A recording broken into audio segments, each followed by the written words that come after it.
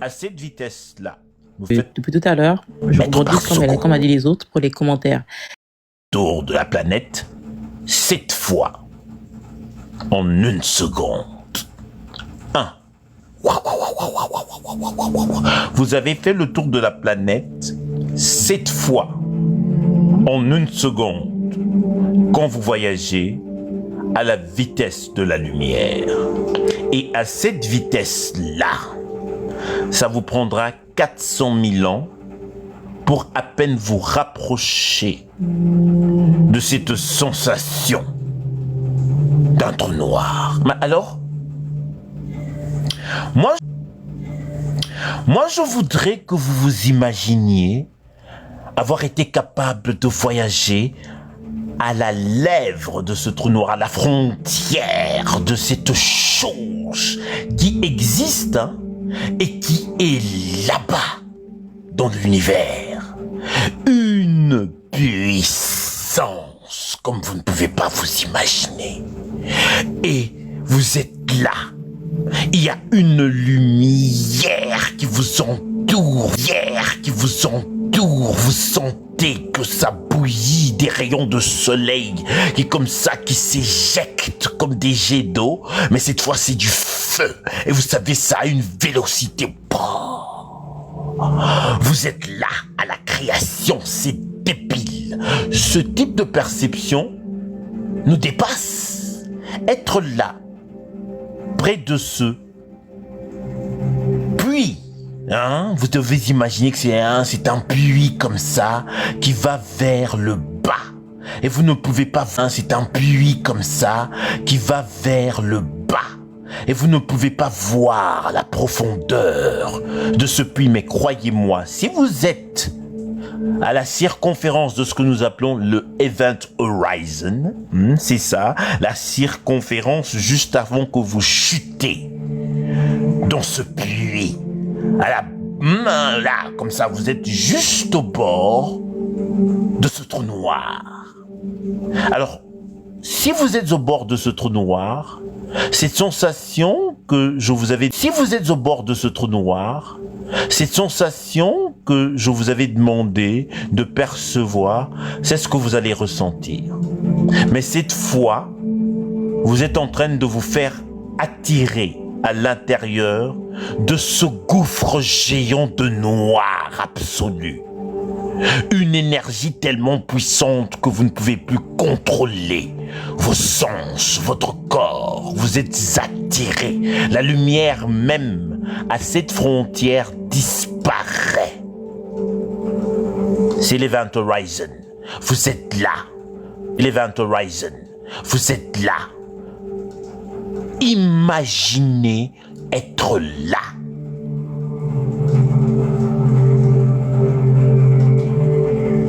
C'est une expérience qu'aucun d'entre nous n'aura le plaisir, la chance d'avoir.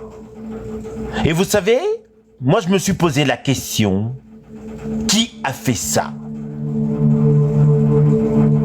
Manifestement, un trou noir est une chose incroyable. Et ça existe. Une énergie tellement... Vous savez, moi je pense que ce sont des entités. Qu'est-ce que nous savons des trous noirs? Presque rien. Avec la théorie de Hawkins, qui peut-être, remet en question, peut-être. Je vais vous expliquer ce que je dis. La théorie de la singularité. La théorie de la singularité. Pourquoi? Parce qu'un trou noir absorbe tout ce qui se trouve dans l'univers, d'après nos théories jusqu'à aujourd'hui. Mais il semblerait qu'il y a des événements quantiques au bord, à la frontière, à la lèvre de cet entonnoir d'énergie absolument invraisemblable. Et invraisemblables. Et ces phénomènes quantiques seraient en train d'émettre des vagues, des ondes dans l'univers. C'est une perte d'énergie. Hein, vous devez comprendre que ça remet en question la théorie que les trous noirs absorbent tout, ou du moins, ça conduit à pouvoir remettre en question, parce que l'événement reste encore à ce bord que nous appelons l'Event Horizon. Nous ne pouvons pas observer la chute libre des objets dans ces entonnoirs.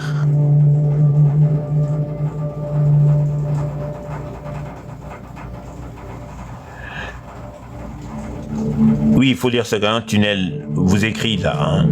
Alors, c'est une bonne comparaison. Hein. C'est pour que vous ayez une conception.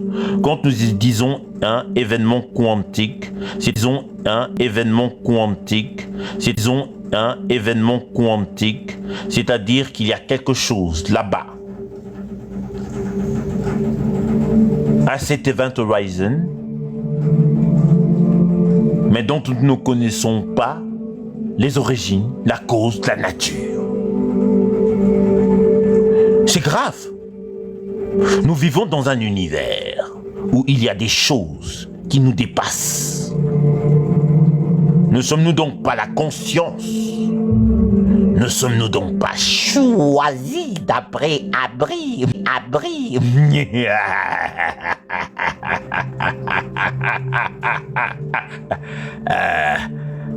Pardonnez-moi. J'ai vomi un tout petit peu comme ça et ça a traversé mes narines.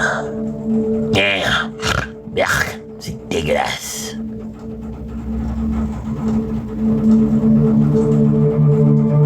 C'est grave. Des phénomènes d'une complexité qui ne sont que des sous-entendus de notre part. C'est comme gratter les sabots d'un géant capable de détenir la terre entre son index et son pouce. Et nous sommes là-bas comme des cafards à tenter de gratter sa vérité. L'univers, mesdames et messieurs, soyez-en conscients là où vous êtes, est une chose complexe et remplie de mystères. Une chose complexe et remplie de mystères. Des mystères qui, moi, je pense, sont incroyables. Une aventure à tenter. Qui sait? Qui c'est qui est là-bas? Qu'est-ce qui se cache là-bas? La véritable aventure des extraterrestres, des planètes qui détiennent des mondes inconnus, des possibilités qui nous dépassent, qui détiennent des mondes inconnus, des possibilités qui nous dépassent. Peut-être que nous n'en avons pas la certitude, mais les trous noirs et la réalité des modèles scientifiques nous rappellent que ce que nous pouvons à peine caresser n'est à peine que les premières sensations, les premiers pas d'une espèce qui commence à peine à comprendre sa place dans l'univers, à comprendre sa place dans l'univers. Cette compréhension devient de plus en plus claire au-devant de ce qu'un trou noir représente dans l'étendue de l'univers. Un trou noir est un grain de sable comparé à ce que nous commençons à comprendre, de l'étendue de l'univers.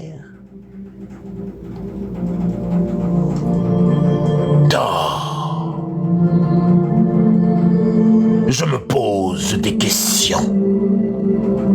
Des choses comme des soleils. Nous les voyons. Imaginez les choses les sous-entendus dans un univers qui contient des soleils. Imaginez la possibilité.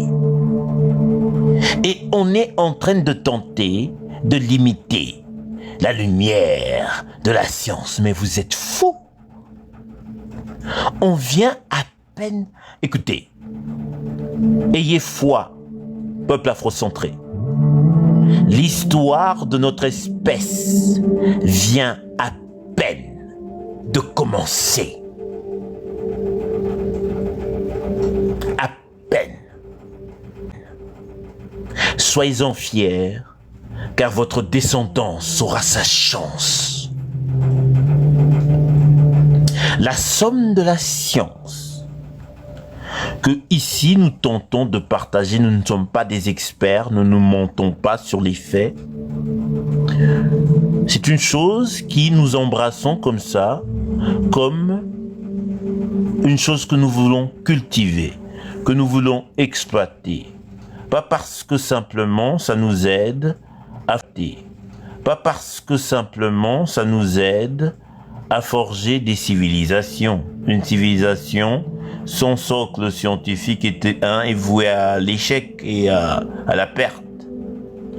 Mais moi, je voudrais vous rappeler, hormis les imbécilités, les cris et les gémissements des obscurantistes, je voudrais vous rappeler que la somme, le corpus, la totalité de la science que nous avons aujourd'hui, la plus poussée, la plus avancée, nous dit, cette science-là nous dit que ce que nous détenons entre les mains, cette totalité, cet émerveillement de la science, comparé à la potentialité que offre l'univers, je le dis tout le temps, faut m'entendre, hein? Faut m'entendre. C'est la moitié d'un grain de sable sur une plage devant un océan. C'est ce que nous savons. Les possibilités, le futur, la possibilité que ce futur, ce que nous appelons 2025, n'est rien d'autre que le fœtus qui vient de manifester sa présence dans le sein de sa mère.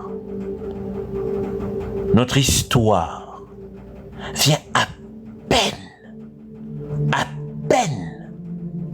de commencer. Ça peut sembler débile, mais c'est vrai. C'est ça la beauté de la raison sur la raison. La science vous rappelle que quand vous regardez, la science vous rappelle que quand vous regardez, la science vous rappelle que quand vous regardez la réalité, cette réalité qui détient ces vérités de l'univers, vous allez vous rendre compte qu'effectivement, nous venons à peine de voir le jour. Et que si nous persistons avec beaucoup de discipline, beaucoup de perspicacité, l'univers à explorer, si nous tentons d'y arriver, parle d'un futur, d'une fiction devenue réalité. C'est ce que je devrais dire. Pas d'un futur, mais d'une fiction devenue réalité. C'est ça. Notre désir de survie et notre perception, nos probabilités de si nous voulons explorer l'univers et être là pour dire « Ah, nous avons exploré l'univers. » Si nous voulons être là, nous devons nous préparer à exister pour des millénaires et des millénaires et des millénaires et des millénaires et des millénaires pour y arriver. C'est ça la vérité. Et je pense que l'espèce manifeste un désir d'exister et y arriver. Dans la raison sur la raison, nous avons accepté cette responsabilité dans le sens que certes nous avons des limites, mais nous avons un chemin à travers notre descendance. Cet objectif ultime d'explorer, de comprendre et de franchir les frontières de l'univers doivent être forgés à la pierre. Chez nous, être forgés à la pierre. Chez nous, dans la communauté afrocentrée. Le but ultime de l'Homo sapiens, c'est de comprendre l'univers, d'en détenir les modèles, les aléas et la lumière, de tout, d'elle et sa mission ultime. Est-ce possible? Est-ce possible? Aujourd'hui, plausiblement pas. Mais comme j'ai coutume à dire, demain ne meurt jamais. Et ces petits vers de terre que nous sommes sont capables de caresser les frontières de l'univers. Vous là-bas, vous devez en devenir ultimement conscient. Ultimement conscient. Pourquoi? Parce que là, à ce moment-là, à cet instant-là,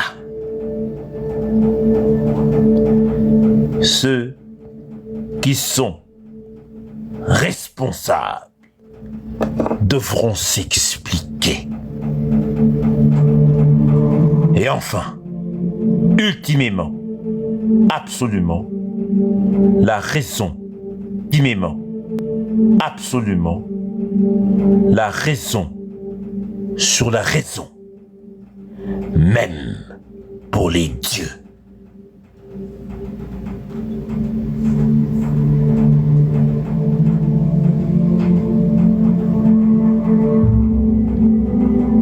Sa forme la plus ultime et raffinée.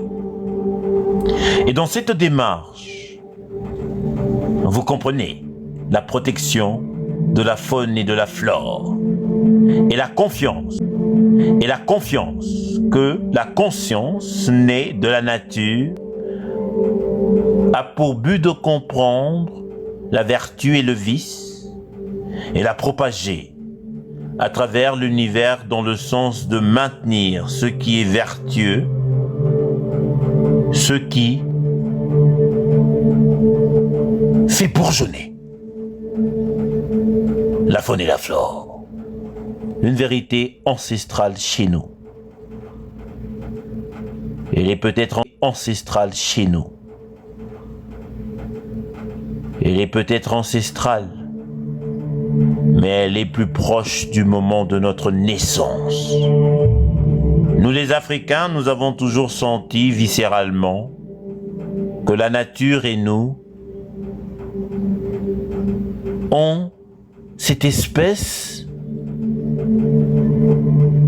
de lieu secret, confident, où nous partageons, loin des yeux, où nous partageons, loin des yeux, certaines vérités.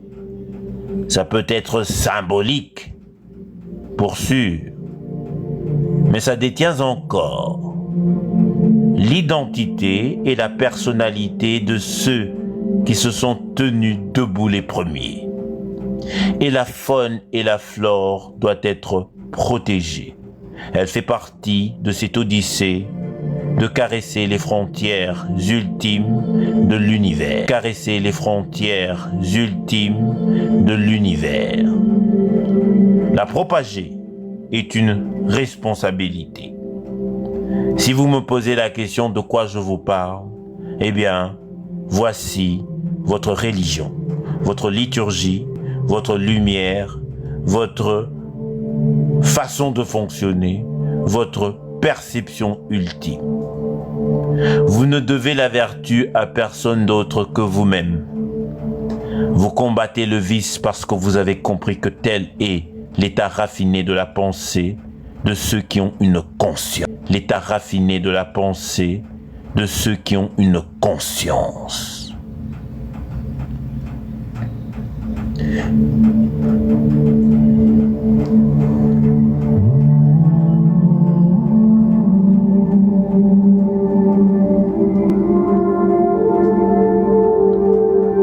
Comprenez que s'il y a un Dieu, nous allons le trouver. S'il y a un enfer, nous allons tuer Cerberus et traverser les barrières. Et s'il y a un paradis, mesdames et messieurs, il y aura une rébellion. Ça, je peux vous le garantir, car nous aurons trouvé la demeure des responsables. Prenez plaisir à savoir que ce voyage de votre conscience, de votre spiritualité transmise à vos enfants a pour support la vertu et la moralité. Il est inconcevable que dans la raison sur la raison, avec cette action qui soulève et qui fait briller tout haut la vertu et ses lettres de noblesse, soit jugée par vertu et ses lettres de noblesse, soit jugées par des êtres conscients d'une autre nature, d'une autre origine, et qui eux-mêmes posséderaient cette capacité du bien et du mal. Ils comprendront, car la raison sur la raison est dans la bonne direction. C'est notre conscience, cette chose que l'on nous a donnée, ce don que l'on nous a baptisé gratuitement. Eh bien, nous l'avons pris sur nos épaules et elle nous a signalé qu'il est important d'être vertueux, qu'il est important de combattre le mal, de combattre le vice, de promouvoir la paix, pour laisser la science et le laser s'épanouir avec toute sa splendeur, afin que cette mission, la faune et la flore, sur tous les 4 coins de l'univers, une espèce peut-être de doctrine moderne, mais elle s'assied sur la raison, et elle a pour but de forger en vous une clarté, aujourd'hui, demain, et pour ceux qui viendront. Ça vous libère de l'autorité. Ah. Ah. Ah. Alors, vous savez, hein, si nous faisions l'exercice, que c'est ce que nous avons à la fin de notre vie, hein, effectivement, vous pouvez comprendre que nous sommes des homo sapiens modernes. Ce que je dis, je ne l'ai pas inventé. Pascal en parle, Einstein en parle, des philosophes les moralistes en parlent, les poètes, les écrivains, hein, les novellistes, ils en parlent. Et ils sont clairs que l'espèce comprend la vertu et le vice. Et cette compréhension est très claire. Elle se décide. Vous ne pouvez pas nier que notre raison, la raison de notre espèce, la raison commune, peut naturellement, génétiquement,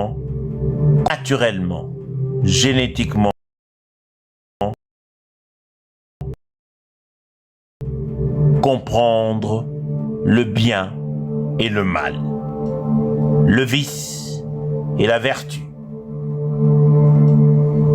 Et dans la raison sur la raison, nous comprenons que, ultimément, la violence, cette chose doit être encadrée, doit être gérée. Bonjour, mon cher Julius. Oh, que je suis content de vous voir, mon cher ami. Ses compagnons, qui sont toujours là, dans les chemins, certes humbles, mais qui continuent dans cette direction avec nous, c'est les vrais. Moi, je dis des choses. Je vais lire des choses, je vais venir, je vais les partager avec vous. Mais comprenez que je suis moi-même l'esclave de la raison sur la raison. Et c'est quoi, si vous voulez rechercher pour vous-même, vous n'êtes pas obligé de l'apercevoir comme ça, mais quand nous regardons dans l'espèce,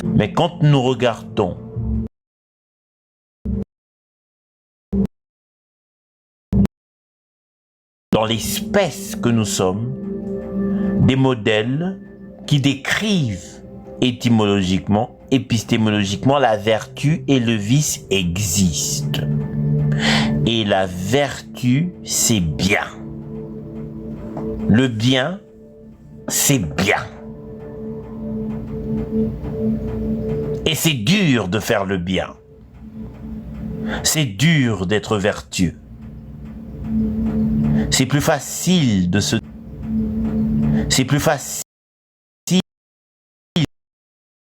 se délaisser à ses émotions, ses sentiments, son avarie, son égoïsme.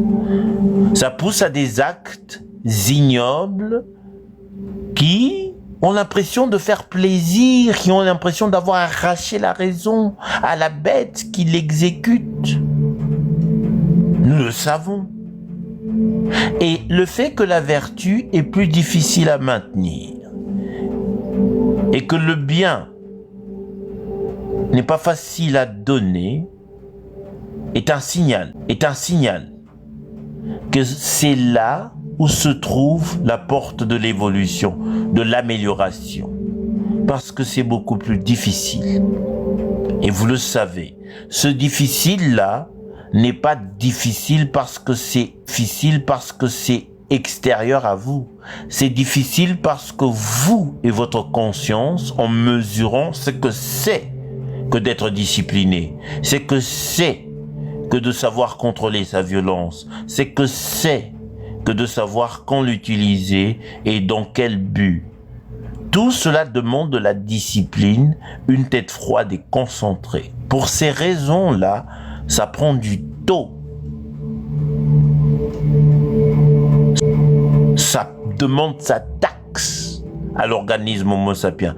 Et tout ce qui est bien pour vous, tout ce qui est positif pour vous, va dans cette direction. Parce qu'il vous fait sentir du bien. Il y a des gens qui disent « Oh, moi j'adore me masturber, oh, c'est bien pour moi. Moi j'adore coucher avec les femmes, c'est... » Non, je parle pas de ça, hein, c'est pas de ça qu'on parle.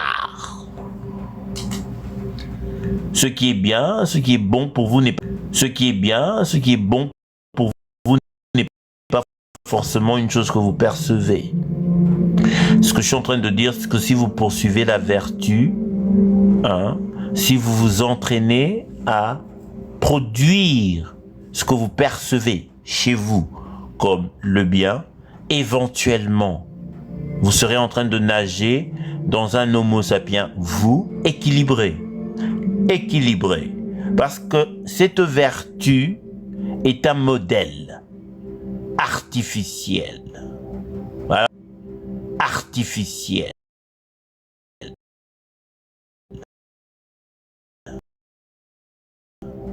Alors, pour ceux qui ont l'habitude de suivre Cato, j'espère que vous avez compris, on essaie d'en venir. Ce modèle de la vertu est artificiel. L'homme est un animal, homo homini lupus. Pour toi, c'est clair. Ne te mens jamais, toi qui m'écoutes, passager, gentilhomme, grande lumière, étoile filante, dame. L'homo sapiens est ton ennemi, simplement parce que tu es en compétition avec lui constamment. C'est sa nature, c'est sa nature, c'est sa base, c'est comme ça qu'il est. C'est l'éducation qui civilise l'homo sapiens. Cette capacité existe génétiquement dans son système cérébral. Il peut acquérir beaucoup plus d'informations et est capable de se civiliser, d'évoluer, d'avancer, de se libérer de son aspect le plus primitif. Ne l'oublie de son aspect le plus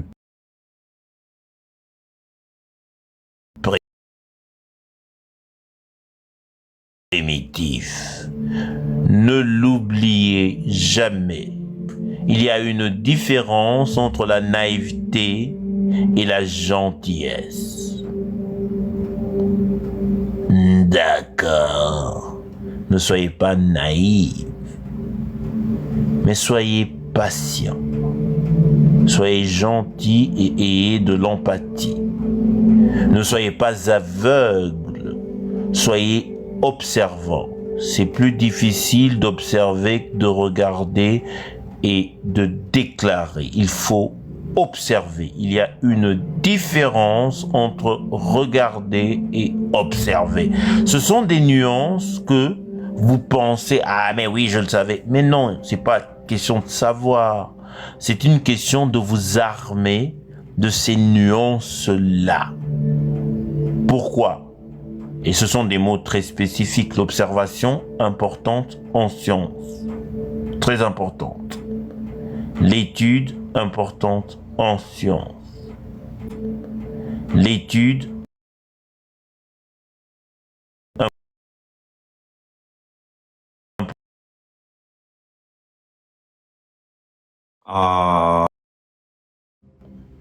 Vous devez imaginer que c'est comme si c'est une étoile qui est vivante. Certaines de ses pointes ont une longue fréquence, puis ça vibre comme ça. La science fait des progrès en physique, elle est en retard en chimie, puis elle découvre ce qui a été en physique était en fait congruent avec ce qu'on vient de découvrir en chimie.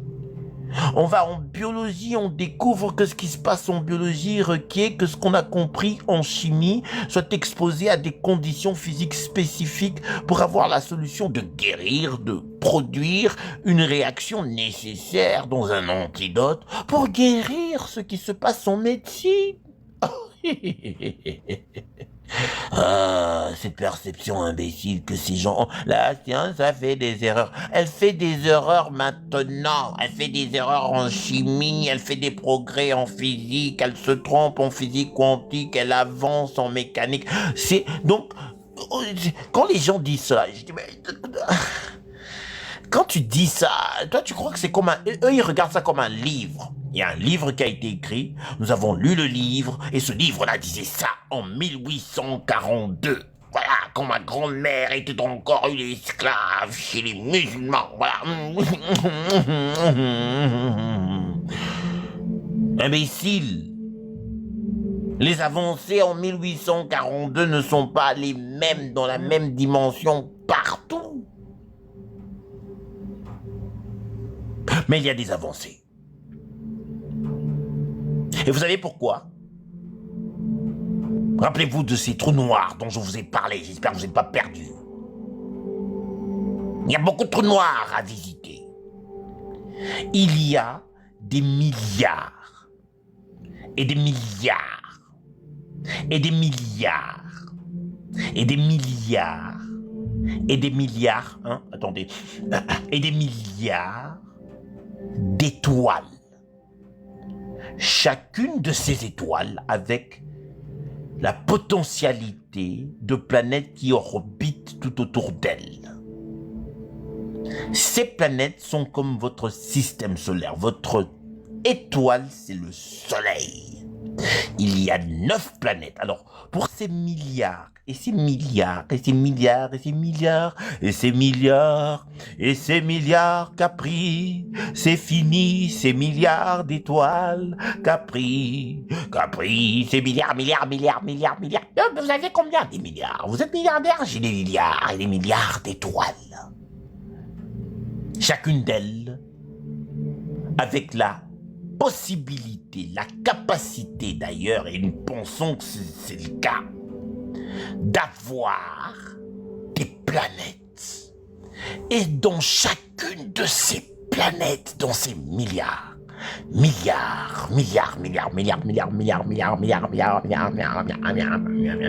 essayez de dire milliards très rapidement. Milliards d'étoiles. Il y a des 1000 milliards de planètes. Possiblement. Alors, dans ces 1000 milliards de planètes, il y a la possibilité qu'il y ait eu le même événement que sur ces planètes. La possibilité de la vie. Alors, quand vous m'écoutez, je veux que là où vous êtes, vous regardiez votre main. Comme ça, vous prenez votre main comme ça. Et vous la regardez. Elle est réelle, cette main. Eh bien, ce que je viens de vous dire est aussi vrai que cette main que vous regardez. C'est ça votre quartier.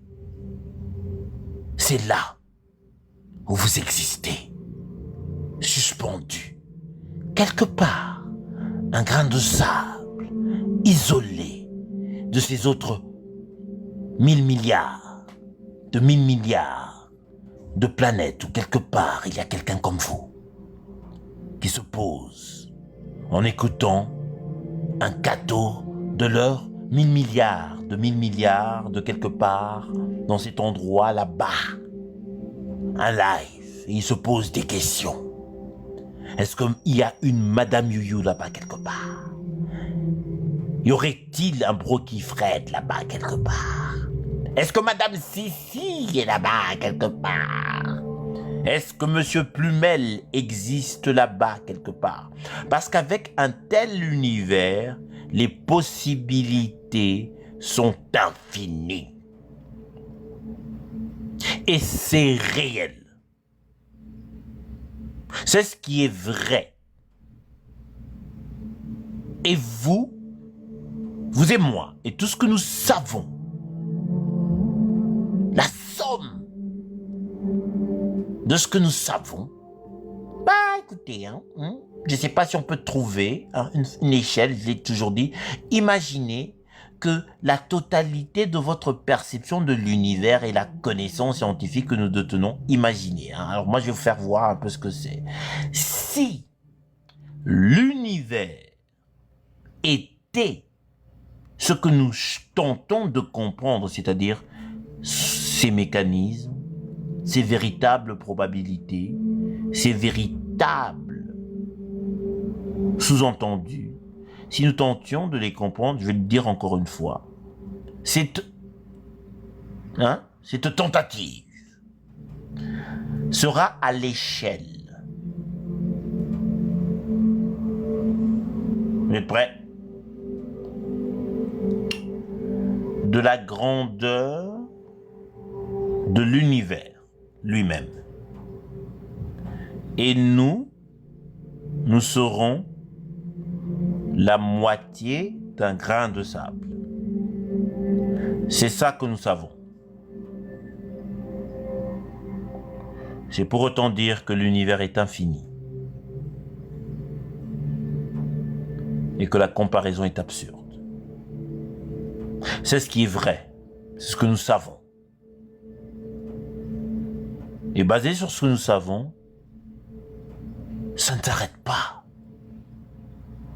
Ça, c'est... Alors, moi, je ne voudrais pas faire une classe difficile, mais la semaine prochaine, il faut vous armer.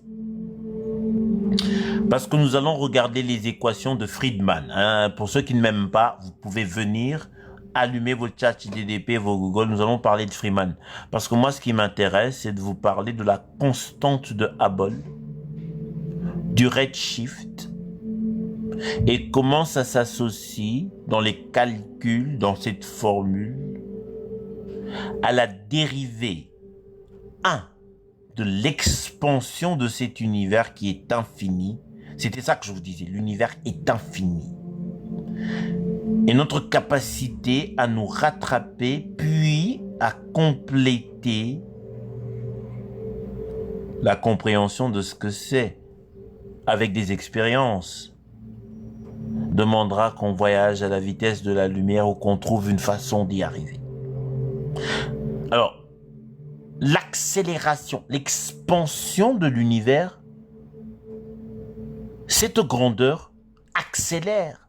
Donc, vous avez la première dérivée qui est l'expansion de l'univers, la deuxième dérivée qui est la vélocité à laquelle cette expansion change en s'étendant.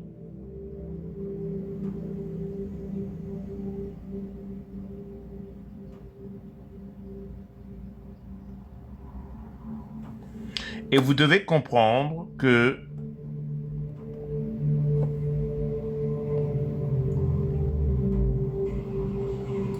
mais attendez, il faut que vous compreniez d'abord ce que je dis. Hein. Parce que si vous ne comprenez pas, ce sera dur d'essayer de comprendre où se trouve, parce que nous sommes dans la société artificielle. Et c'est dans cette partie que la physique quantique va beaucoup intervenir. Nous allons beaucoup en parler. Mais qu'est-ce qui se passe avec ce piano, hein? Il y a un piano là, vous voyez? Il y a un piano qui joue là comme ça, qui est très ennuyeux. Je n'arrive pas à le trouver. Hein. Il se cache là-bas comme ça. Je dis, mais piano, piano, pourquoi tu fais ça, piano?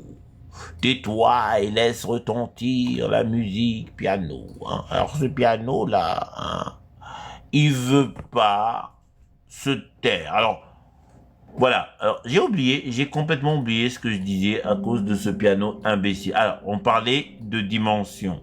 On parlait de l'univers et on a commencé à entrer dans l'univers comme compris dans les sociétés où nous existons. Alors, moi, je vous ai déjà prévenu, hein, et je l'ai fait, oui, l'inflation, hein,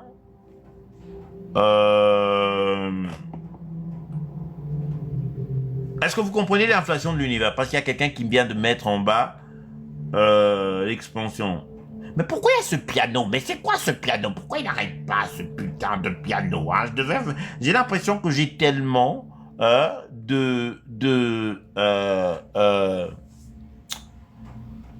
mais je dois fermer ça, j'ai pas envie de fermer.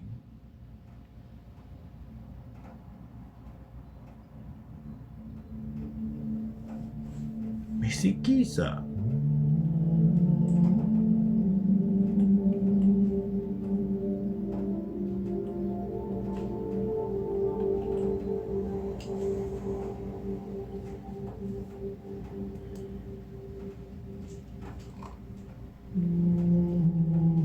D'accord. Ah oui, voilà, merci. Je parlais de... Oui, merci. Je parlais de... C'est dire que je suis complètement débile. Ça m'a complètement dérouté. Alors, nous parlons de l'expansion. Pourquoi nous parlons de l'expansion? Nous venons d'entrer. Bonsoir, grand monsieur Alak. Hein, monsieur Alak est parmi nous. Hein, je suis tellement occupé. Je voudrais vraiment partager beaucoup avec ce monsieur. Moi, j'ai l'intention d'aller voir ce grand monsieur. Par grand monsieur, c'est dans tous les sens possibles. Grande taille, grande beauté, grande intelligence et grande présence, grande voix. C'est monsieur Alak, vous avez compris. Il est au-dessus de tout. Il voit le monde très haut. Et c'est ça le problème. Hein. Ça lui arrive d'oublier qu'on est en bas.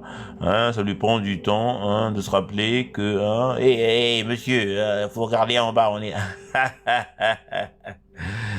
Alors, l'expansion de l'univers, hein, cette inflation, moi je voudrais d'abord que vous compreniez ce que c'est, nous allons entrer dans cela, mais je voudrais vous...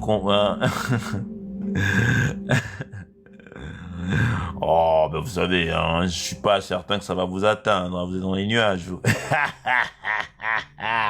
Vous n'auriez pas dû dire ça, vous avez ouvert les robinets, vous. Alors, alors cette inflation a une dérivée et il pourrait y avoir une troisième dérivée. Alors la première dérivée de l'inflation, c'est que cette inflation a une moyenne et elle est découverte avec une constante. Alors cette constante, il y a une autre constante, celle qui est de la vélocité. Donc non seulement l'univers est en pleine expansion, mais cette expansion accélère, il est accéléré.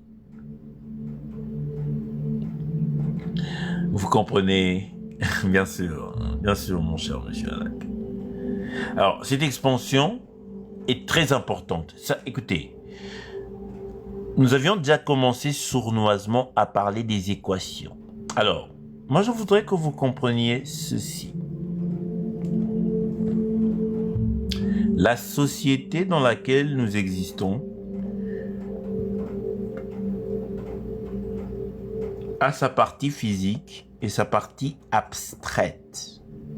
C'est comme ça que nous allons regarder les choses. Il n'y a le terme métaphysique ici, nous allons l'utiliser pour parler de ce qui sort de l'empirisme.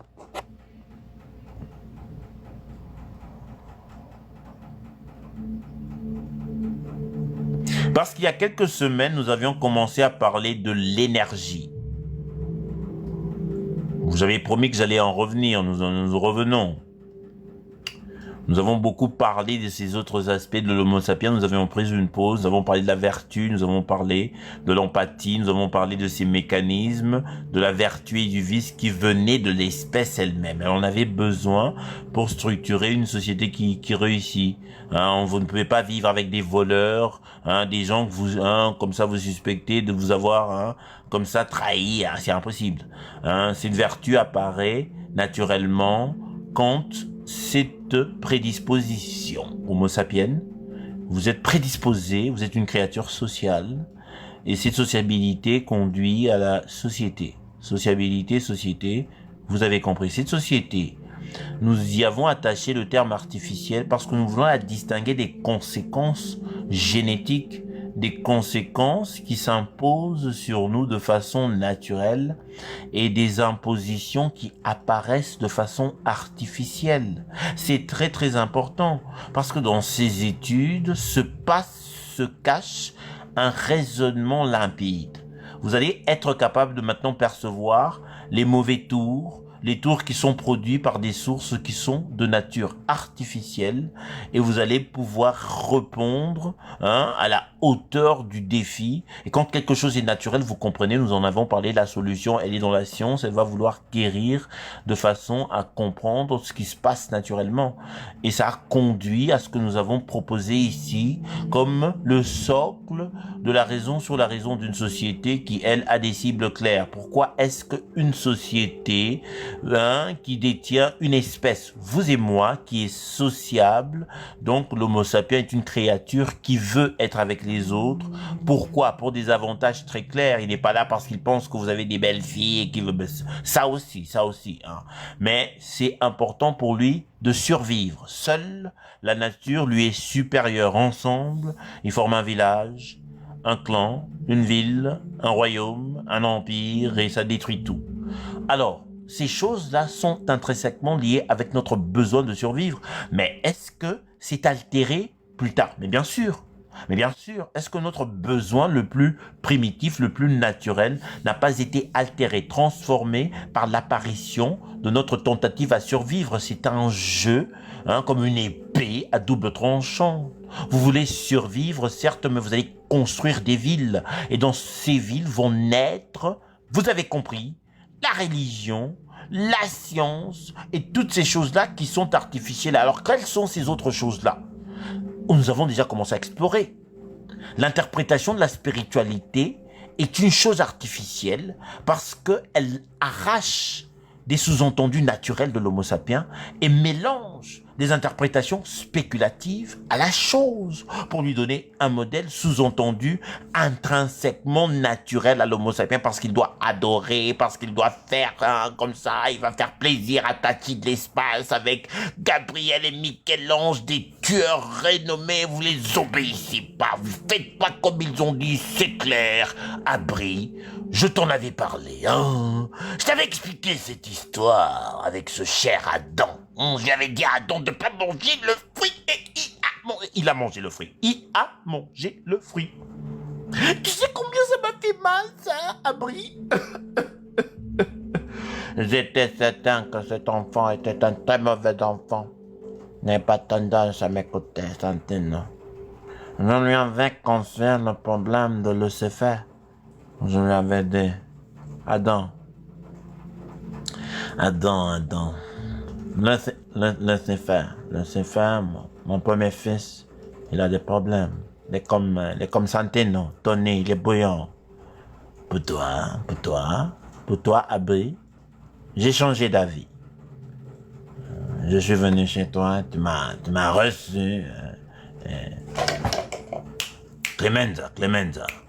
Amène le champagne.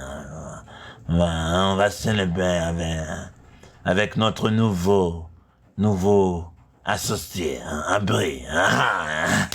Allez, Abri. Non, parce que quand le boss parle, si tu n'applaudis pas, toi là-bas, quand Tati d'espace parlait, tu n'as pas applaudi, tu vas aller en enfer. Allez, toi là-bas, hey, chérubin. Mais je ne suis qu'un chérubin, je ne vais pas qu'on calme ta gueule. C'est Lucifer, va-t'en. Ils plaisante pas.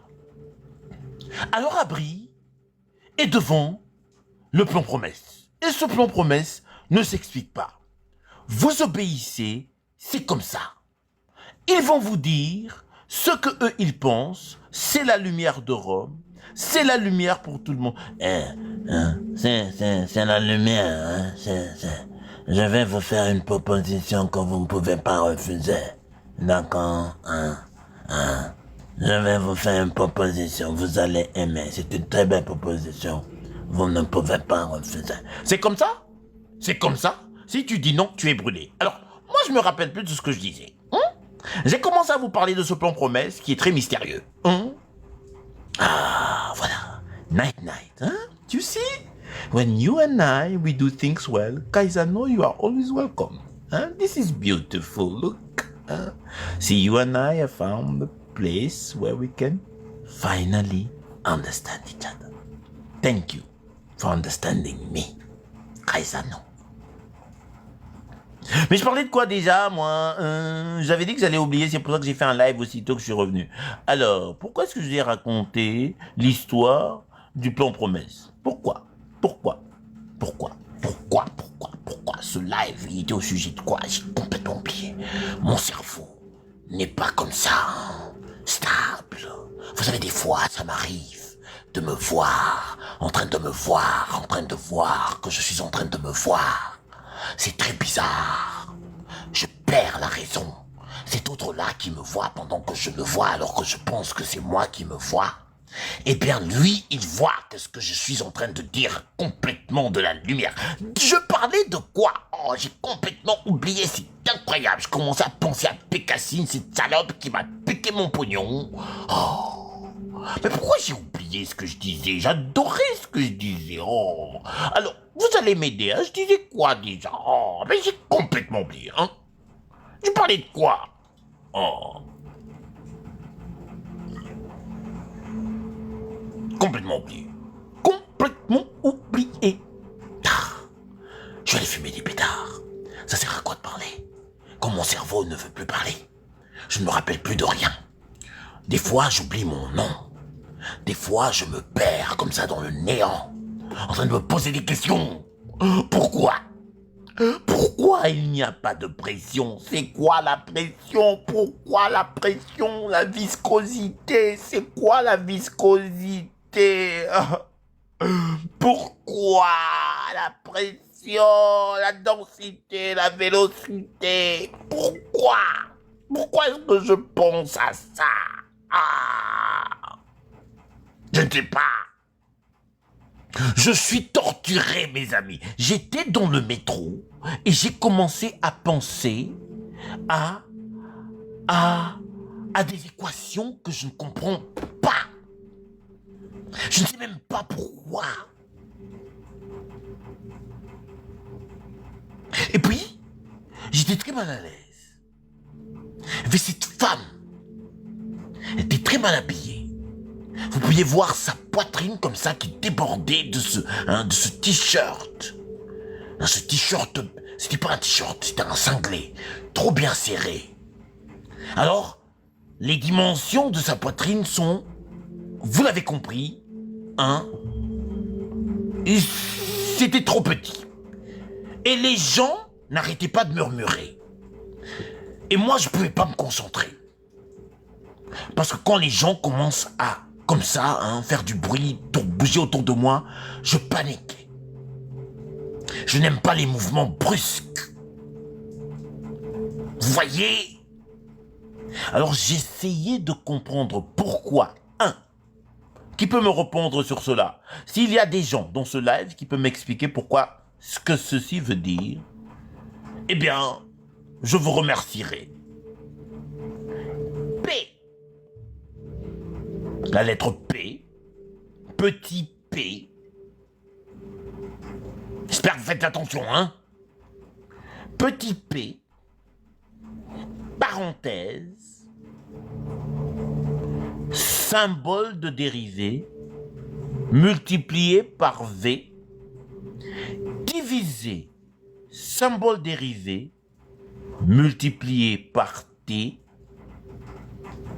fermé parenthèse est égal à moins variation mu la viscosité delta au carré multiplié par V plus P. Non, ça suffit pas. Il y a la hauteur, il y a l'énergie potentielle, c'est ça que je réponds. Pourquoi? Je me suis confus, je me suis mêlé les pinceaux. Parce qu'après... je ne sais pas d'où ça vient. C'est ça le problème. Ça me dérange. Si vous tapez ça sur Google, ça ne donne rien. C'est complètement, ça ne veut rien dire. Ça ne veut rien dire. Oh, il y a Madame Yoyo qui lève les yeux dans les cieux. Madame Yoyo, qu'est-ce que ça veut dire ça? Pourquoi vous levez les yeux dans les cieux, Vous avez peut-être la réponse à la question. Vous pensez que j'en fais trop, Elle pense que j'en fais trop, elle va me gronder. Voilà, alors... Pardonnez-moi, j'aurais pas dû ramener mes débilités ici. Mais, je suis certain que nous avons déjà en parlé ici. Et c'est vous qui suscitez que mon cerveau est complètement brisé. Parce que moi, je pensais de parler de l'équation, préparez-vous, de Georges Lemaître. Pourquoi?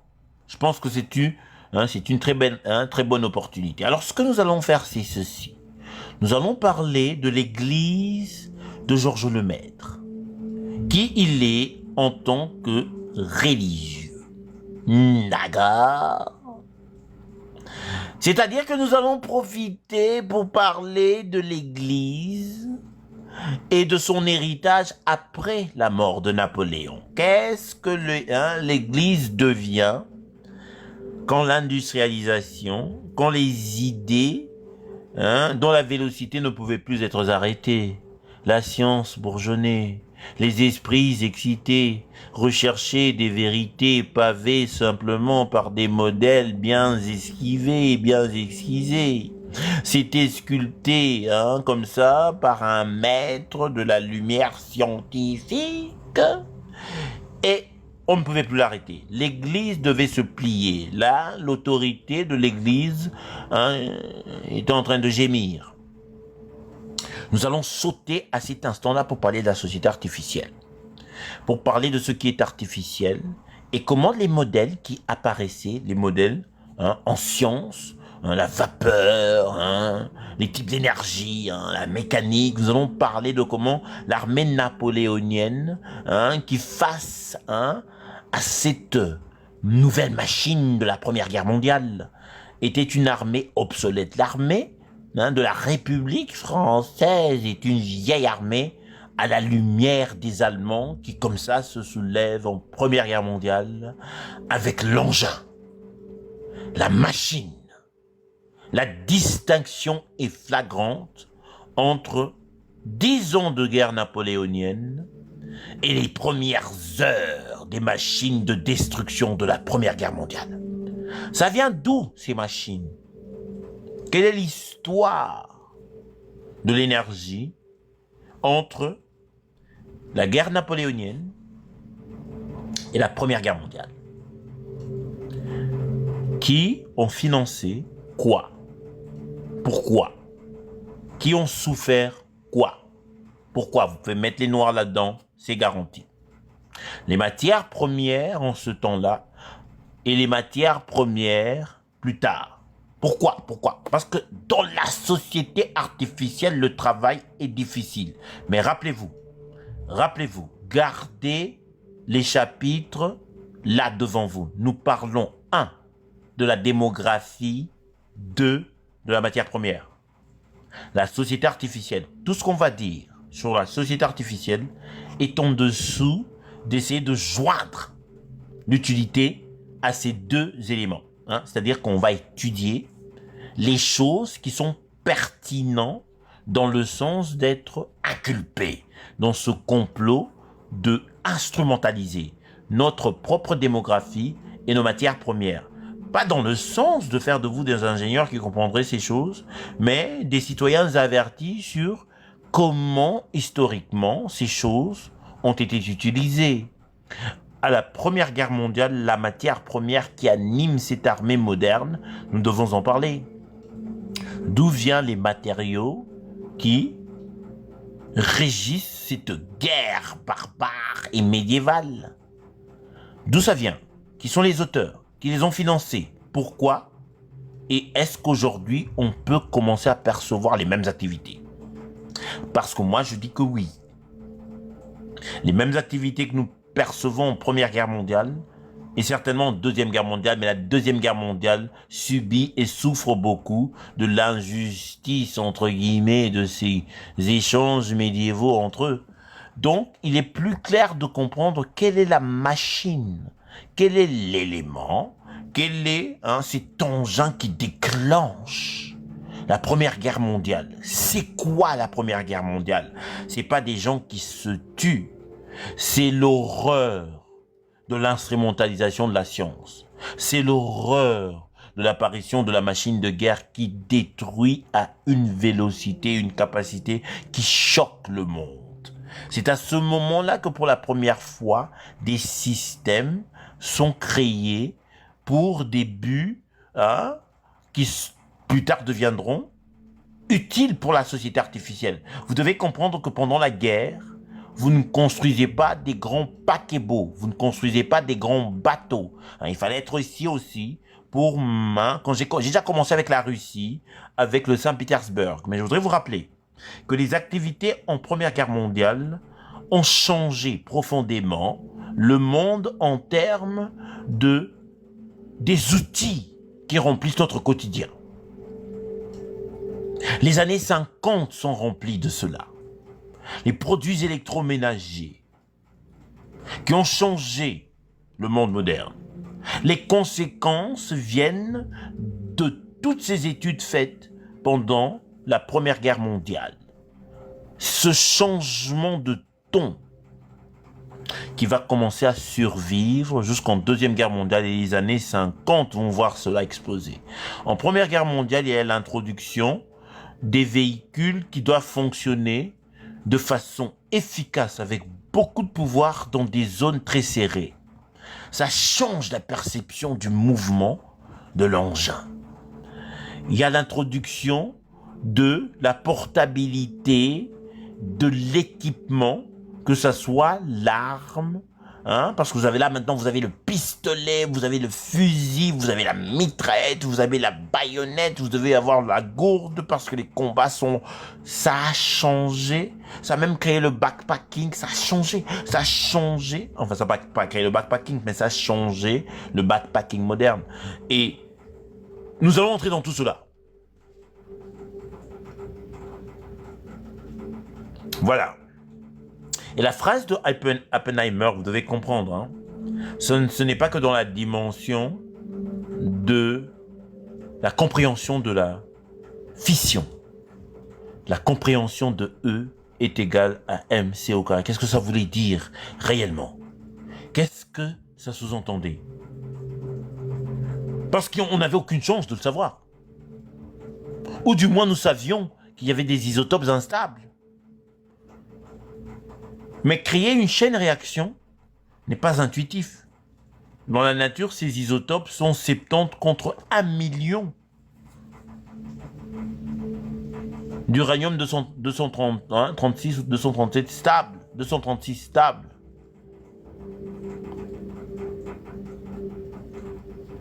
Donc les chances pour une explosion nucléaire dans la nature sont littéralement impossibles. Alors la science que ça a pris de se comprendre la chaîne réaction, de comprendre la potentialité de l'énergie. Mesdames et messieurs, c'est des siècles. C'est de Newton à Einstein, de Einstein à Oppenheimer, si vous parlez de la bombe atomique, mais c'est de Einstein à Richard Feynman, de Einstein à Hawkins, et ainsi de suite. Les implications de cette phrase de Oppenheimer sont profondes dans la transformation de ce que c'est qu'une société artificielle. Le début de la pensée automatique est là. La naissance des ancêtres de la machine qui aujourd'hui détient la forme primitive de l'intelligence artificielle prennent place dans ces temps-là. C'est pour ça que nous allons parler d'après la guerre napoléonienne. Voilà.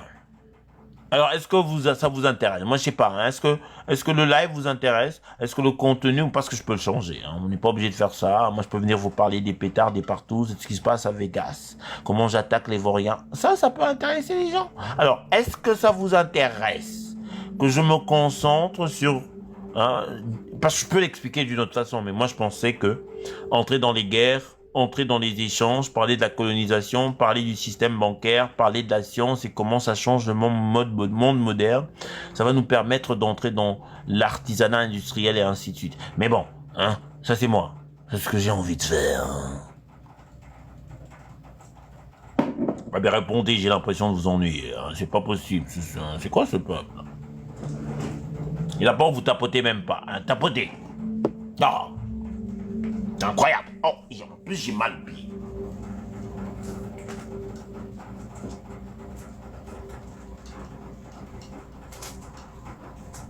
Comme les rigots, quoi. Ah, mais moi, je vais aller dans le salon.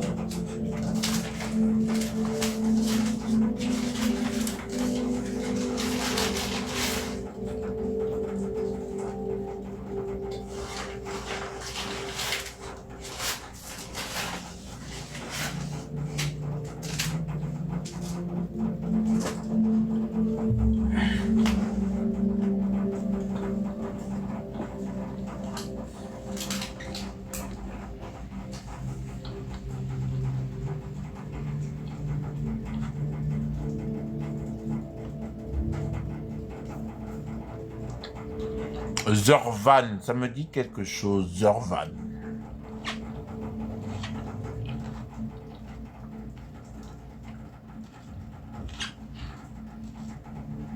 Zorvan.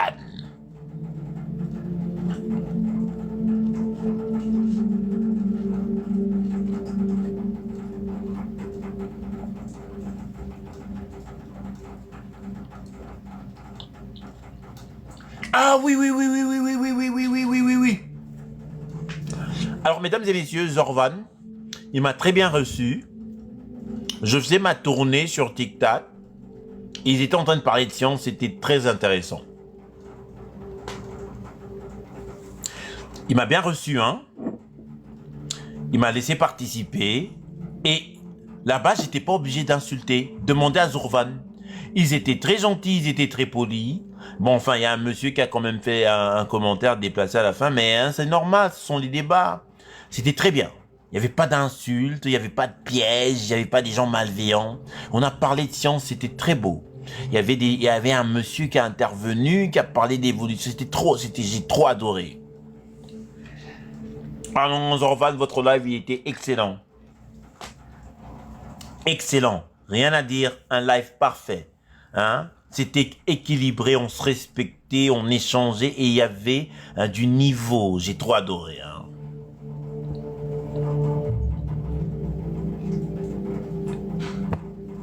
Non, mais vous voyez, pendant que j'étais très content de voir Zourvan, hein, il y a un monsieur qui a fait une demande et c'est pas Zourvan. Oh, bon d'accord. Alors, moi je suggère, si vous voulez entendre parler des sujets dans un live équilibré, allez chez Zourvan. Parce que moi j'y suis allé et j'ai beaucoup aimé. Hein, alors, et on a parlé c'était fascinant. Moi j'ai appris, hein, j'ai échangé. Hein, et il y avait même un sujet avec la religion, mais c'était tellement bien fait. C'était pas avec des attaques sur les versets. C'était pas ça. C'était une conversation, hein, en tout cas bien conduite, bien posée sur les antécédents que la science aurait, hein, sur ces questions-là. Et c'était très bien. Moi j'ai beaucoup aimé. Monsieur Maf, qu'est-ce que vous voulez, monsieur? Oui. Maf, oh, vous encore, vous. Kato. Vous n'avez rien d'autre à faire dans votre vie. Kato. Moi, j'aime bien monter. Bonsoir à tout le monde. Bonsoir à tous les gens qui sont en train de nous suivre. Bonsoir à Monsieur Kato. Vous savez, j'ai juste, je sais pas pour vous flatter, hein, parce que vous n'aimez pas ça, mais j'adore quand vous parlez. Parce que vous m'apprenez beaucoup et je pense que vous avez beaucoup d'expérience. Si vous savez que la flatterie est interdite dans mon live, pourquoi vous le faites? Et justement, je n'aime pas ça. Mais quand même, je voudrais vous remercier. Je m'en fous. Je vous ai suivi tout à l'heure. Oui. J'ai vu comment vous vous êtes défendu. Moi aussi, j'étais dans un autre panel, je me suis défendu aussi. Ah oui. Je suis parti dans un autre panel, là, je me suis défendu parce que quand je rentre sur les panels aussi, attends, je me laisse pas faire. Hein. Ah non. Oui, mais Je me laisse d'accord, pas faire. d'accord. Ne vous laissez pas faire en tout cas, soyez certain de vos positions. Mais moi je suis curieux, hein. Pourquoi vous êtes monté? J'espère que c'est pas pour des flatteries, hein. Moi, à partir de Non, maintenant, non. si Je vous suis faites des monté. flatteries dans ce live, je vous Non, bloque. je ne Il fais n'y a pas de pas de flatterie flatterie. ici. Non, pas du C'est tout. la raison Non, sur la je ne flatte raison. personne. On Je suis ne pas un veut pas lécheur. le culte de Non, la pas du tout. personnalité ou quoi que Non, ce non, non, soit. non, Il n'y a je pas suis de pas un corruption. pleurnichard. Je Arrêtez ne de suis parler pas un pendant que je fion. parle. Qu'est-ce qu'il Je vous ne suis prend? pas un Mais moi, je fion. comprends pas Je pourquoi ne je peux suis même pas, pas être je ne chez suis moi pas avec un les... fion non plus. Et je ne suis pas quelqu'un qui monte sur les panels des gens pour pouvoir D'accord. venir J'ai flatter, pour lécher. compris. Non. Calmez-vous. J'ai compris, j'ai compris. Il y a des raisons pour ça. Hein. On ne veut pas que Il n'y a pas l'esprit de soit raison. corrompu. Non, non, pas du tout. Oh, mais pourquoi il m'interrompt? Mais qu'est-ce que vous me voulez, vous? Hein? Dites ce que vous avez à dire. Hein? Qu'est-ce que vous me voulez? Je suis en train de faire un live. Mais je vais parler. Vous avez le micro. Je ferme mon micro. Oh, mais il faut fermer votre micro en bas. J'ai l'impression que vous êtes en train de me regarder tout nu pendant que je suis en train de me préparer pour faire un bain. C'est très inopiné. Comme ça, d'être là sur mon live, en train de me regarder, en train de me préparer, hein. Comme ça, à vouloir parler. Je suis très gêné, hein. On ne se connaît pas très bien, hein. Alors vous allez rester un peu en bas, s'il vous plaît. Appuyez le bouton, hein. Je suis très désolé, hein. J'ai l'impression d'être une vierge qui est regardée par un monsieur avec... Du coup, je vais descendre. Merci, hein. Soyez en bas, s'il vous plaît. Si vous avez Voilà, des je vais questions, descendre. Comme si vous ça, avez je des vous suis en bas. questions, si vous avez quelque chose à dire. Faudrait que vous vous lavez. J'ai pas envie de voir votre kiki. Non, j'ai pas envie. Non, mais il est fâché, lui, hein. Mais il faut attendre en bas. Voilà. J'ai pas envie de voir votre kiki pendant que vous vous lavez. Non, ben d'accord, hein. Ne Je regardez pas descends. mon kiki, hein. Laissez mon kiki tranquille. Voilà. C'est très distrayant pour moi, vous voyez. J'ai aucun problème que quelqu'un regarde en bas. Alors, nous avons très bien établi où nous essayons d'aller avec toute cette histoire. Essentiellement, nous avons parlé de la spiritualité, hein, et nous avons essayé de la dissocier de la perception traditionnelle, hein, ancestrale, afrocentrée, et nous avons essayé de lui donner, hein, une apparence scientifique, ou du moins ce que la science penserait de, hein, ce terme, de ce mot, la spiritualité, qui maintenant est très ambigu, je pense, dans la société moderne africaine. Hein, ça prend des dimensions, hein, qui maintenant, permettent à des gens d'entrer dans ces frontières sans être contrôlés. Dans cet espace où tout est permis, soudainement apparaissent l'autorité des obscurantistes qui menacent la pensée claire et limpide que nous tentons de cultiver dans notre communauté pour éviter, hein, que ces choses ralentissent la vélocité de notre prospérité ou de ce que vous voulez. Il faut bien raisonner dans la vie. Et moi je pense que c'est un facteur, hein, désespérément négligé. Et donc, hein, la précarité, hein, dans les conversations choquantes. C'est choquant de voir que ce n'est pas cultivé au sein de la communauté. Cette limpidité, cette pensée claire, ou être armé des outils qui nous permettent de distinguer ce qui viendrait, hein, sous des déguisements de loup et prétendre nous ramener une mélodie ou une danse d'agneau. Faut se méfier. Alors nous ici, nous avons décortiqué les choses très simplement. Nous avons séparé la société artificielle de la nature et au centre l'homo sapiens. Alors nous avons parlé de la spiritualité et nous avons parlé de l'énergie. L'énergie, rappelez-vous, nous avons parlé de E est égal à H, la fréquence de Planck. E est égal à M, C au carré. Et nous avons parlé de différentes formes d'énergie. Nous avons parlé de l'énergie kinétique, 1/2 mv au carré. Nous avons parlé de l'énergie potentielle, hein, qui lui, je voulais vous expliquer, hein, pour que vous compreniez, pourrait être dans un objet que vous tenez dans une hauteur. Vous êtes sur une montagne et là vous avez un objet, hein, que vous suspendez comme ça au-dessus d'une hauteur donnée. C'est de l'énergie potentielle. Dans votre élastique, hein, qui n'est pas encore, hein, comme ça, détracté, hein, il est encore contracté, il y a de la potentialité. Mais la potentialité de l'énergie ne s'arrête pas là. Hein. Faut faire très attention en physique quantique.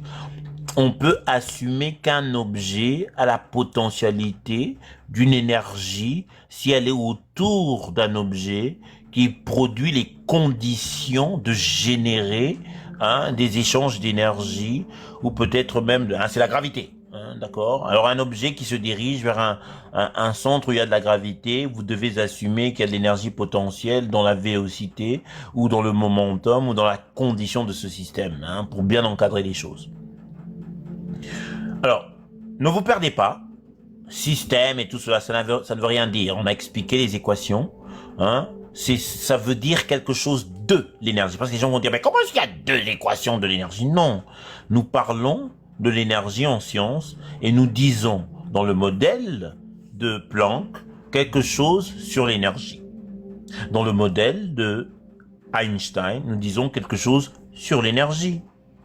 Dans l'énergie potentielle, l'énergie kinétique, ou quand, hein, vous savez, l'énergie, c'est très très pluriel en termes de compréhension, parce qu'en fait, c'est une grandeur due, hein, à une capacité. Hein.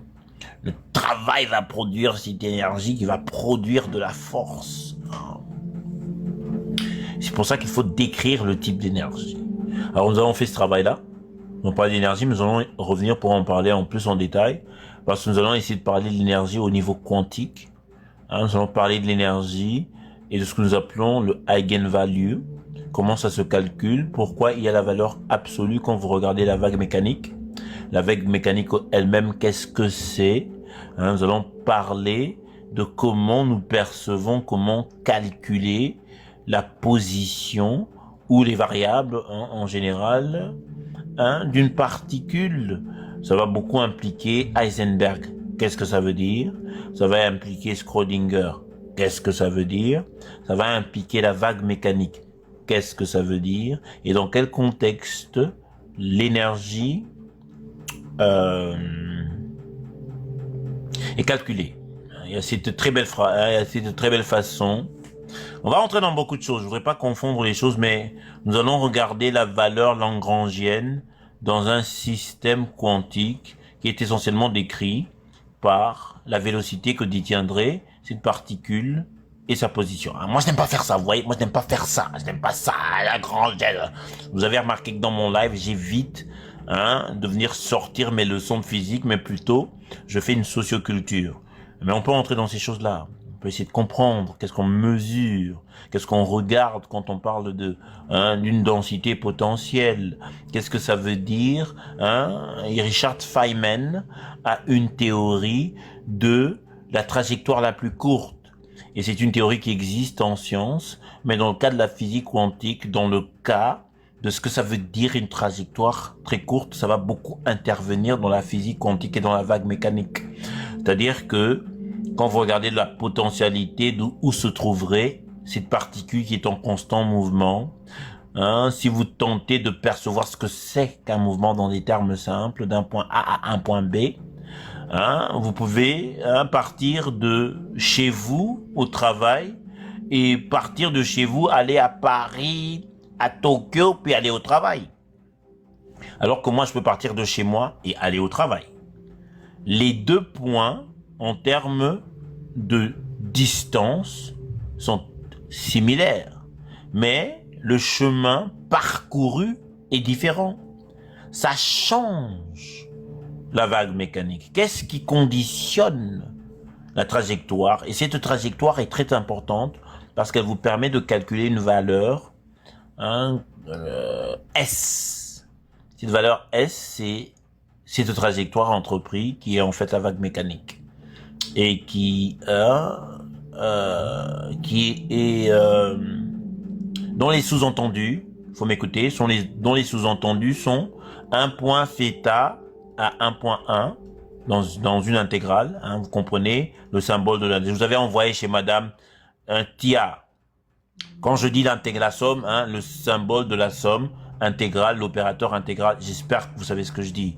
Et quand je dis θ, t θ et t1, c'est-à-dire t0 et t1, ou si vous voulez t1 et t2, deux points dans l'espace, l'intégrale d'un point A à un point B, ou si vous voulez du point A vers le point B, vous pouvez trouver les limites si vous voulez, mais on fait l'intégrale. C'est cette valeur lagrangienne là que nous regardons dans deux points et plus l'énergie de la position. Plus l'énergie de la position. Alors quand vous avez cet élément là, vous pouvez maintenant calculer la valeur, je sais pas comment vous dites en français, mais moi quand j'ai appris cela, ça s'appelait le eigenvalue. C'est une valeur absolue et on vous expliquera pourquoi c'est absolu, c'est un peu très abstrait. L'abstraction dans celle-ci, c'est ceci. Pour ceux qui m'écoutent, prenez ChatGPT et écoutez ce que je dis. Vous allez trouver que dans les particules fondamentales, il y a des variables comme la masse, le spin et la charge. J'espère que vous avez un peu de base sur ce que c'est qu'une charge. D'accord. J'ai l'impression de vous... Moi, je voudrais pas faire ça, mais... je ne sais pas comment je vais essayer de voir. Parce que ça devient beaucoup plus complexe que je ne voudrais. Beaucoup plus complexe que je ne le voudrais. Mais le point, c'est de dire que mathématiquement, vous pouvez comprendre le spin d'une particule.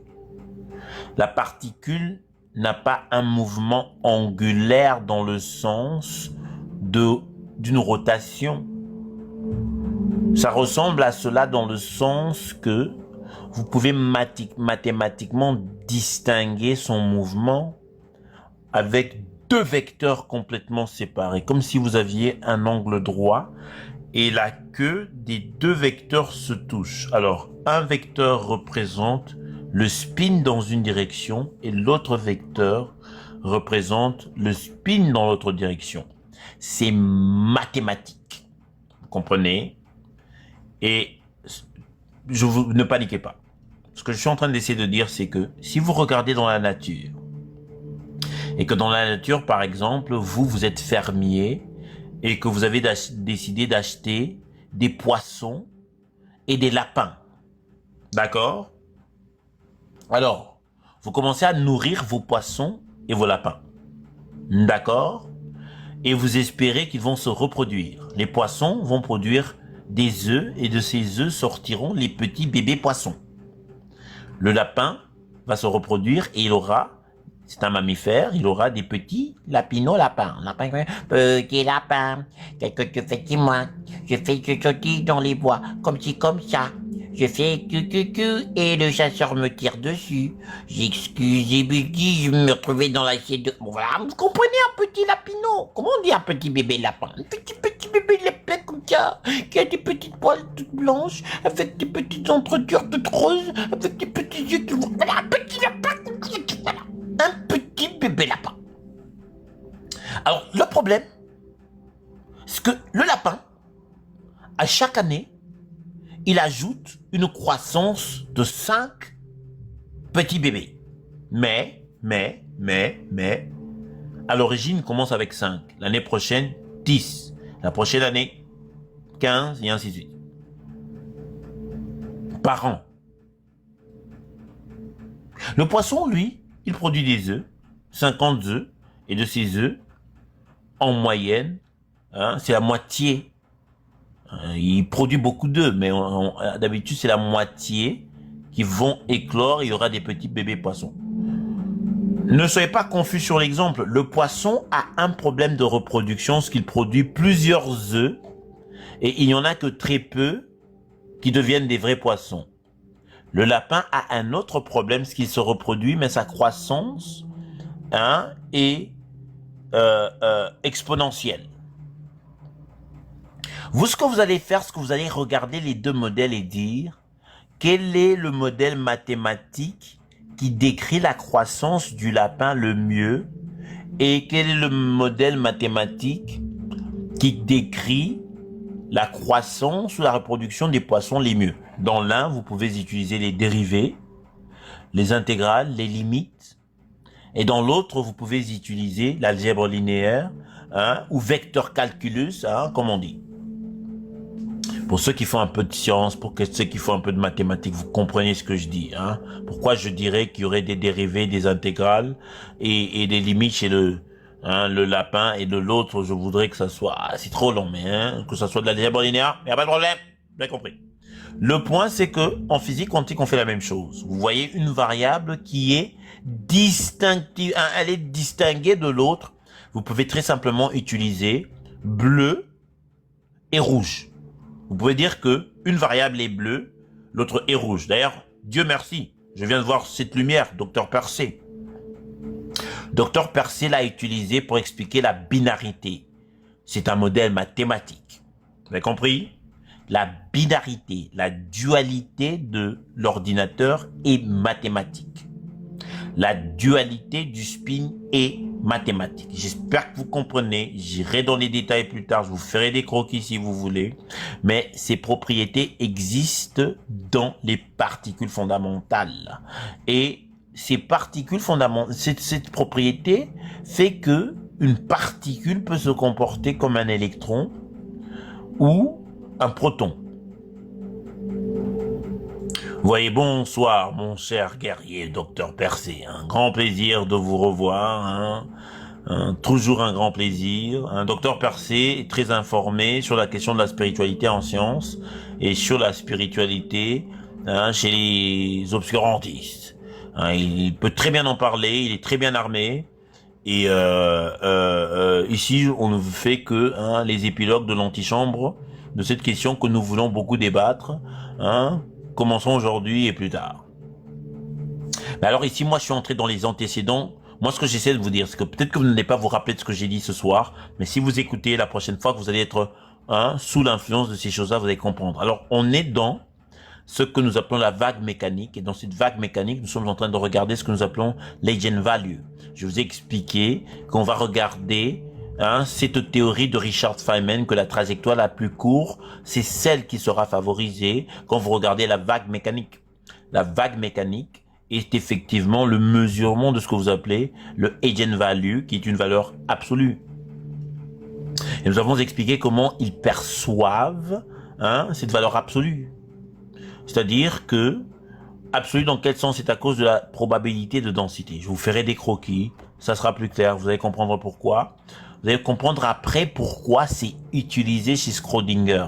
Parce que la perception du momentum, après que vous ayez compris la dualité de la particule, après que vous ayez compris la vague mécanique, vous allez comprendre pourquoi c'est décrit comme moins la constante, moins I, c'est Hilbert space, c'est imaginaire, tout comme vous pouvez avoir I quand vous regardez le eigenvalue, parce que la trajectoire d'une particule est un concept que vous pouvez établir mathématiquement. C'est très utile en informatique quantique d'introduire -1 dans l'équation.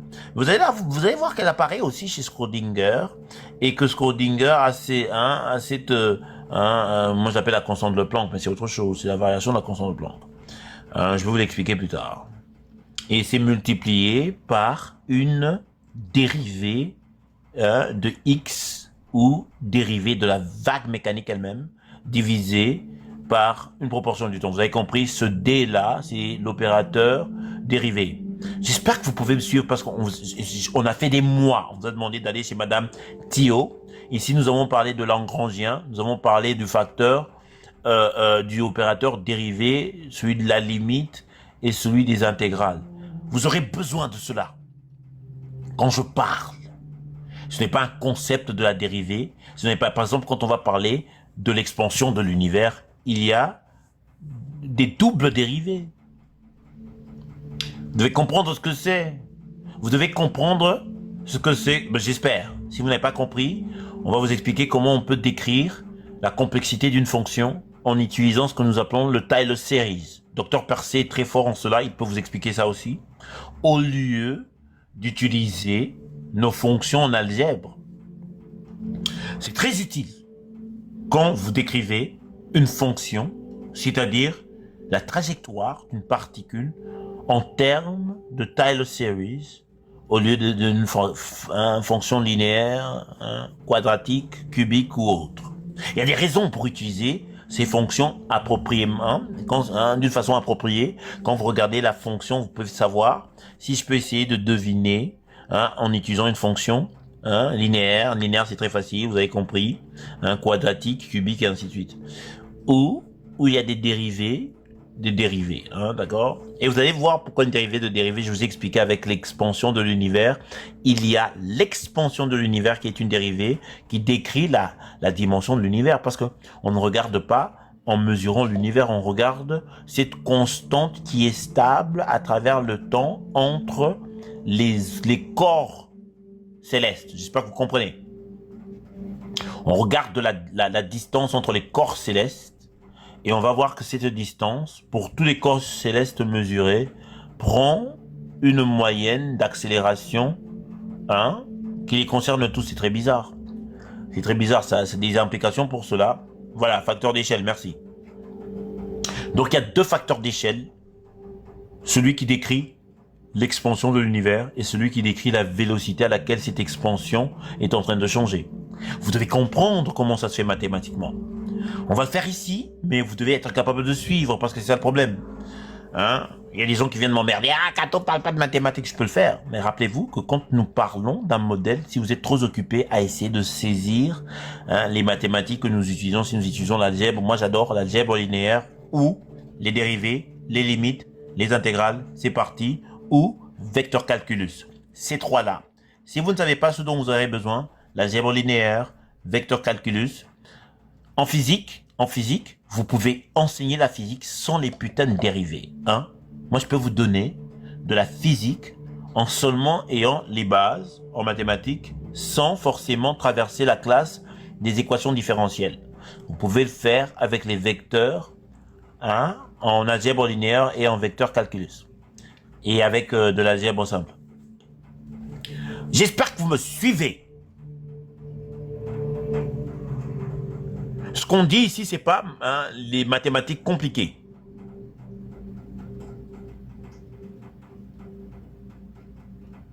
Oui. Et nous allons utiliser cela pour parler des modèles. Alors, si les choses se corsent, hein, l'attaque du mic, ne boudez pas sa force. Aïe.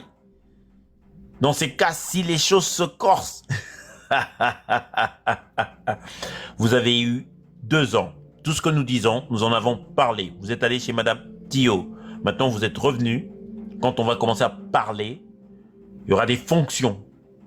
Il y aura la façon de regarder ces fonctions et pourquoi il faut les regarder. Vous avez compris? Qu'est-ce que ces fonctions disent d'un système, de tout système? Bon alors, moi je vous ai suffisamment emmerdé. J'espère que je ne vous ai pas manqué de respect en vous envoyant que des formules ce soir. J'ai essayé de rester dans la socioculture de la question. Vous voyez? Ça, Terminus, vous allez très bien, madame. J'espère que vous allez très bien, grande dame. Madame Terminus est un peu parmi nous. Hein.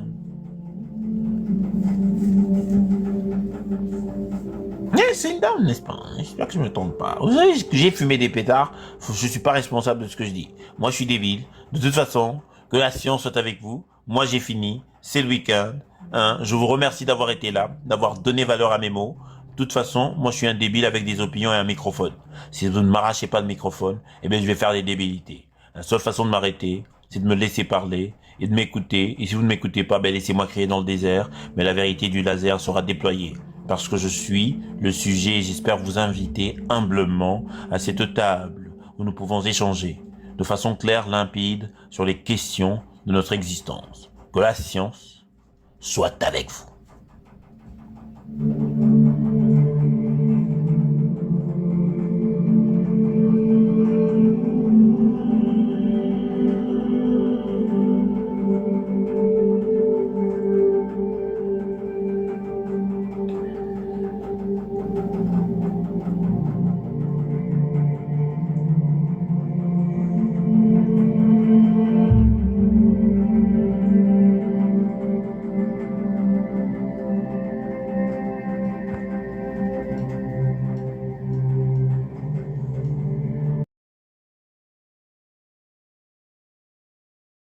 rahmatullahi alayhi dafa taalif benn téere mat na ñetti mujallat tuddee ko tanaqudatul albani alwaadiat fi ma waqaa lahu fi tasxiih al ahadis wa tad'ifiha min aghta'i wa ghalatat lii ngay wax nii loolu la ci def maanaam xadis boo xam ne da koy daifal fii bu ëllëgee bu demee ci beneen place wéral ko bu wala mu wéral fi ab xadis bu ëllëgee bu demee ci beneen place daifal ko maanaam ci la ko saqaaf di naqd ba taalif ci ab téere boo xam ne mat na ñetti mujallat téere bi mën na ñetti mujallat mu tuddee ko loolu jaaxal na ma parce que dama gis ci Riyaadu Saalihiin dama gis ñoom hadis yi bëree bëri dañ Albani da koy dayifal waaye da ngay gisaat feneen da koy wéral exactement da koy wéral de maanaam tey bu la boo dajee ga xadis ñu ne la xadis bi ci boppam moom moo ko daifal defaatal beneen recherche ci beneen wet maanaam demal Google nga tàpp waa da même xadis bi dañu la indil foo xamante ne Albani da ko faa wéral maa la ko wax waaw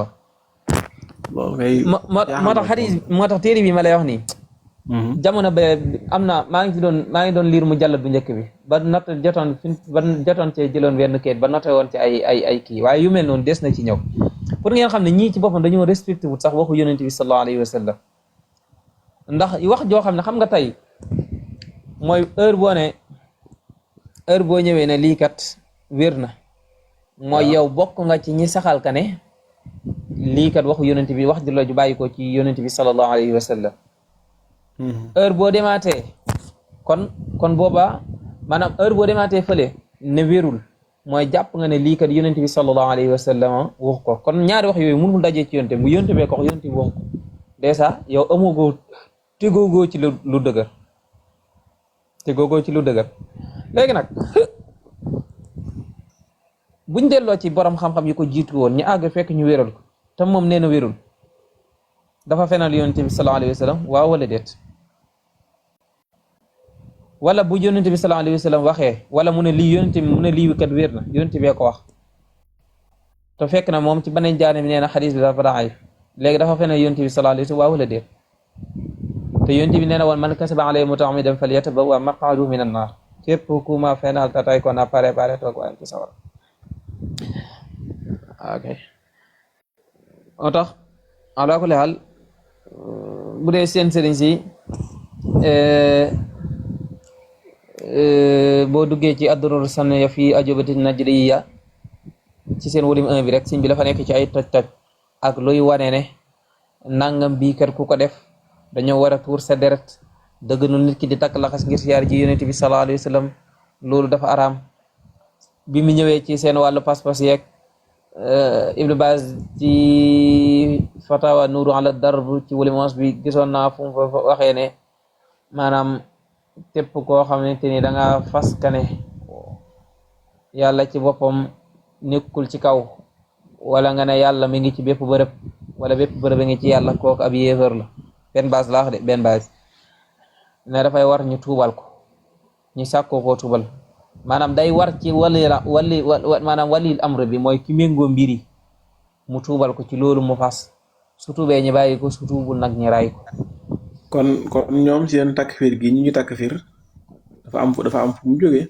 waaw dafa am fu mu jógee kon mooy ca kaw la bàyyi ko waaw ca kaw la maanaam loolu ma nga tàmbalee ci Muhammad ibn Abdul Wahhab bal sax xam nga tey barki démb nag maa ngi gis docteur Lo ci xawma mercredi la xawma bi muy jàngale tuuti nag laa ci jot a diglu man darsom numéro 30 bi moom diglu woon naa ko ba amoon ay points yu ma ci noté woon waaye comme man fi mu toll nii wax dëgg yàlla wahabis daf ma mënut a yàqaleeti potum ndox bu ma war a naan moo tax damay nekk ci sama yitte ba pare ba am jot goo xamante ne am naa ko te àqi kenn du ma ko salfaañe ma soogay ñëwaat ci ñoom nag dars numéro 30 ba noté woon naa ci ay points waaye dars 30 mai bi ba léegi diglu waaye dama caa romboon tuuti lu mu doon wax maa ngi ko dégg mu naan xam naa dañ ko laajoon ci Ibnu Taymiya mu naan Ibnu Taymiya dafa naqaree liiral rawatina ci Majmuul Fatawa Ibnu Taymiya bëri na luñ koy waxal loo xam ne da koo naqaloo ci téere jàmbur billahi xoolal nii la ko waxee nag da koo naqaloo te amaana dana andi waxu jàmbur boo xamante nii sax